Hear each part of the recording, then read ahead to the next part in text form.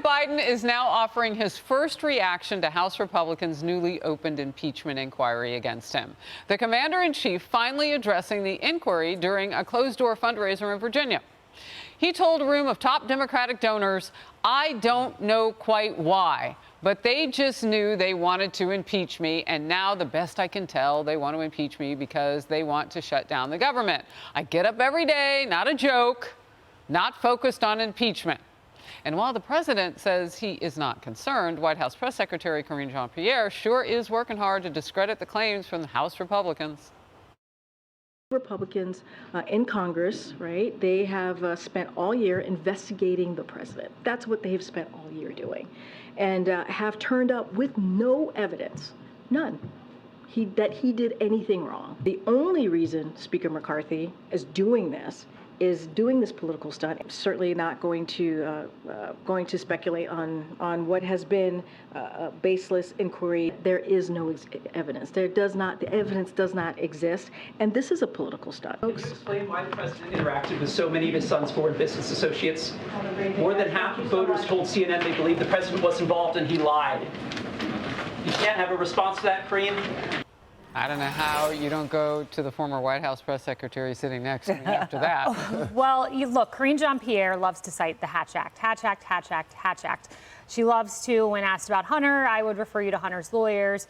She has this diversion strategy. She cannot have a diversion strategy from this point on. There is now a formal impeachment inquiry into her boss. It is real, it's legitimate, and it's not going to carry the day by just repeating no evidence, witch hunt, which, look, President Donald Trump would say witch hunt, but with a litany of points of evidence underneath to prove it was, in fact, a witch hunt. She has to go deeper into that binder. Those tabs need to get a little thicker, the impeachment tab, because the three sentences, the words being given to her are not enough. She's going to have to go point by point. We laid out on this show yesterday 20 pieces of evidence. The House Oversight Committee says they have the phone calls, the dinners. She's going to have to get the wiser on this, because the top line talking points aren't going to cut it in an impeachment inquiry going into next year. Look, I understand why she's got to be careful, because she doesn't want to get drawn into this case. And the first thing I would ask as an attorney would be, when the language started to change about whether or not the president was talking about business deals with Hunter Biden, and it went from they never talked about it, they never had a phone call, to 20 phone calls, that evidence. And by the way, we did talk, but it wasn't about business. When she inserted herself into the conversation, what happened to the Hatch Act then? Right. And that's the whole point. The language has changed. The American people have changed in their knowledge about everything as the left-wing media has slowly started to catch up with the inevitable, which is reporting on the mass amount of evidence and the mass amount of questions people have. But as that has updated, her talking points have not. And the irony to me is the fact that the Post called out in that clip, 61% of Americans believe that Joe Biden had an interaction with his son's business dealings and that it was inappropriate. Who's representing who? I applaud the press in that moment for representing the 61% of Americans that have legitimate questions. But who is Karine Jean-Pierre representing in that moment? Because the last time I checked, the White House is supposed to be the servant of the people. So if you came to the president and said over half of Americans want to know about this and have legitimate curiosity and questions about this, we demand accountability, sir. And then the White House press secretary just walks away? What kind of service is that? What kind of honor is that? It's because she can't handle it. She has zero training. Unfortunately, she hasn't learned from her predecessors, Kayleigh, because she would learn a lot by looking at your clips. But I find it truly, it is so disheartening. I keep using that word because I keep feeling that way, that the person who is supposed to be the mouthpiece of the White House cares not at all about what true Americans think, but neither does her boss. Well, look, Doc Siegel, she's serving herself. As I said, she doesn't want to get pulled into this whole thing. I think there's a better way for her to communicate. Well, the New York Post editorial board had it right. You know, they found the Hunter Biden laptop story, and it's real. And then there's the speakerphone, the president on speakerphone. It's using the influence of the office. They've got to be transparent here. The cover-up is worse than the crime in many cases, going all the way back to when you guys were really young, the Watergate scandal. I mean, the Watergate scandal was about the cover-up.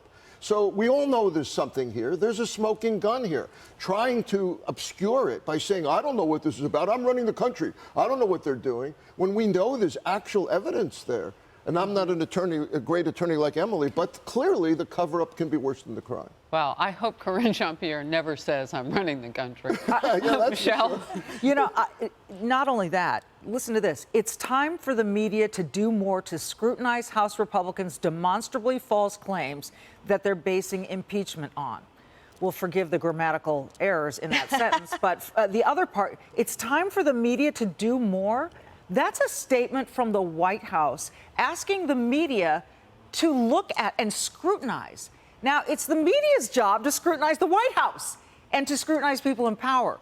This statement to me is so telling, and every journalist worth his or her salt should be pointing to this and saying, you don't get to tell me how to do my job. I'm a journalist. Amen. So there we one quick go. point. Salt and paprika. And by the way, that's from the council. Yeah, That's the White House counsel.